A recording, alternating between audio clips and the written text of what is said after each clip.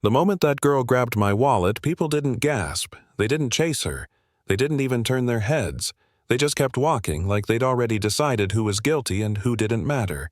And I remember thinking, wow, this is how invisible people become. I should tell you who I was back then. My name's Daniel Cross, founder of Cross Meridian Group. Real estate, infrastructure, urban renewal. That kind of thing. The kind of name you see on glass buildings and press releases, not the kind you expect to hear shouted in anger on a broken sidewalk. And yet, there I was standing on Franklin Avenue staring at the back of a skinny kid in an oversized hoodie who'd just stolen from me, wondering why she wasn't running faster. She kept looking back, not scared, not panicked, almost checking, like she needed me to follow. So I did. I don't know why. Maybe it was ego, maybe curiosity, maybe guilt I hadn't admitted to myself yet. But I left the driver, left the car, left a calendar full of meetings and ran after a kid who couldn't have been more than 10 or 11 years old. My shoes slapping cracked pavement as the city changed around me. This wasn't the city from the brochures. No cafes, no bike lanes, no smiling families in marketing photos. This was boarded windows, red condemnation marks sprayed on doors, graffiti screaming names and numbers I didn't want to recognize. My name. My company's name. Words like stolen, displaced. We lived here. She led me straight into it. Every time I got close, she slowed down just enough to keep me hooked. You know what I mean? That feeling where logic tells you to stop, but something deeper says keep going. Eventually, she ducked under an overpass, squeezed between a chain-link fence and a concrete pillar, and stopped beside an old sedan with blankets taped over the windows. And that's when I saw her mother. She stepped out like she'd been waiting for me her whole life. Late 30s scrubs that looked, slept in eyes, sharp and exhausted at the same time. The kind of woman who'd learned not to ask for help because it never came without strings. The girl held up my wallet and said I brought him Mom. The man whose name took our house. That sentence landed harder than the theft ever could. Her mom looked at me and didn't yell. That was worse. She just said my name slowly like she was tasting something bitter and told me my signature put her kids in that car that my company gave them 30 minutes to pack before the locks changed, that her youngest had been coughing ever since. I told her she was wrong. I said I'd never signed anything like that, and she laughed. Not amused, not surprised, just tired. She shoved a crumpled eviction notice into my hands. Property address, demolition date, my name at the bottom. And I knew instantly. The signature was close, but wrong. The angle, the curved little habits only the person writing knows. Someone had forged it. Someone inside my company had been using my name while I was busy shaking hands and cutting ribbons. I said I wanted to see the house. That changed everything. The girl, her name was Lila, now nodded and said demolition was scheduled for sunrise.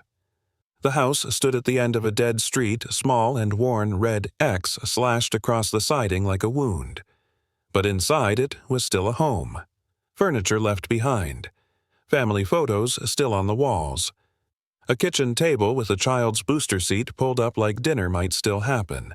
Then Lila showed me the bedroom. On the doorframe were marks. Heights. Dates. Years carved carefully into the wood. Her grandmother had started it when she was 2.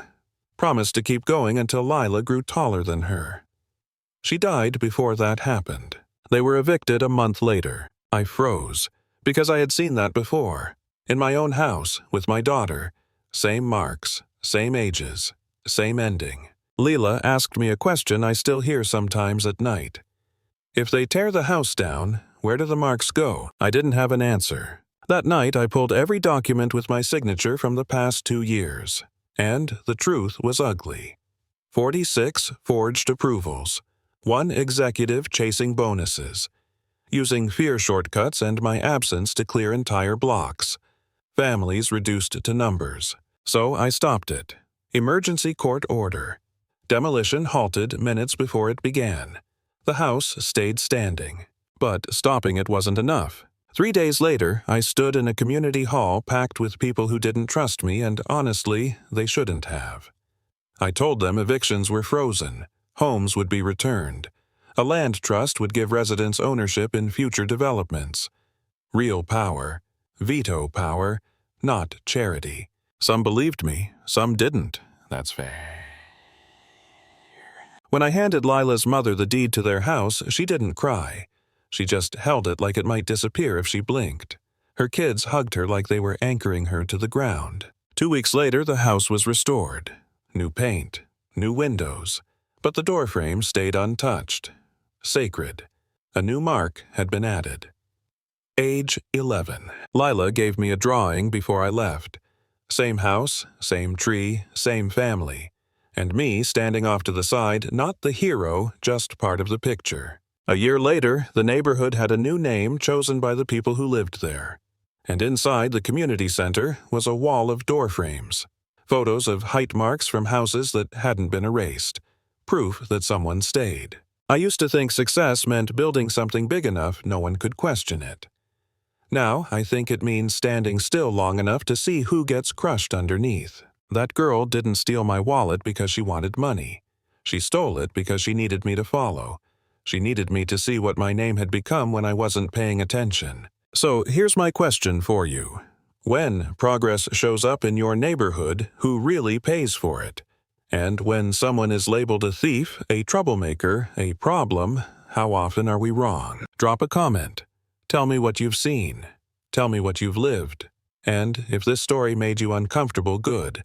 That's usually where the truth starts.